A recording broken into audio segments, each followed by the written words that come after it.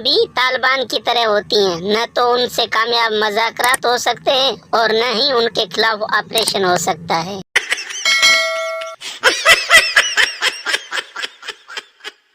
पप्पू नया नया डॉक्टर बना, उसने पहला ऑपरेशन किया। ऑपरेशन करके बाहर आया तो कहता है, या अल्लाह, पहला तोहफा भेजा है, कबूल फरमाना।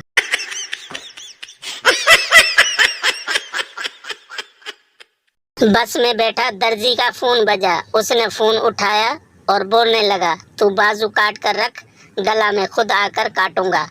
अगले स्टॉप तक बस खाली।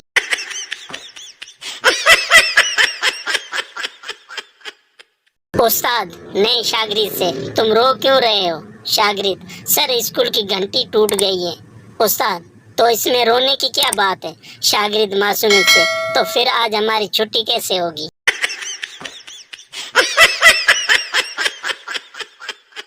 बेटा अम्मी से, आज मैंने दौड़ में दूसरी पोजीशन हासिल की है। माँ, शाबाश बेटा, तुम्हारे साथ और कितने लड़के थे? बेटा, सिर्फ एक।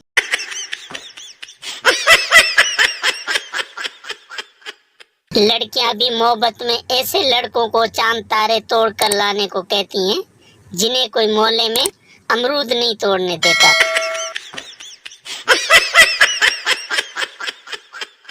बीवियां चाहती हैं शोर उन पर मरे, जब शोर उन पर मरे तो कहती हैं परा जाके मर, जब परा जाके मरे तो कहती हैं हाय मैं मर गई।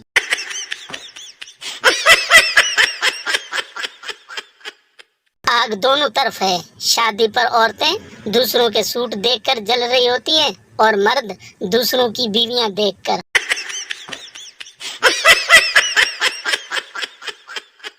बीवी, हमारी शादी को 20 साल हो गए और पता भी नहीं चला। शोर, सजा का एहसास सिर्फ कैदी को होता है, जेलर को नहीं।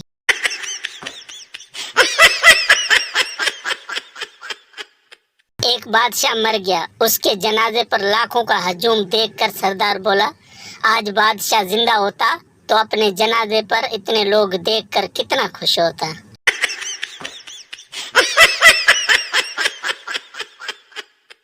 पप्पू, जनाब मुझे छुट्टी चाहिए, बेगम को शॉपिंग पर ले जाना है। अफसर, नहीं मिलेगी छुट्टी।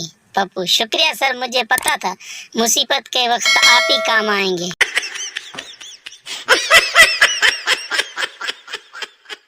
एक मौलवी कहीं रास्ते में जा रहा था, उसके ऊपर ब्लेजर आ गिरा।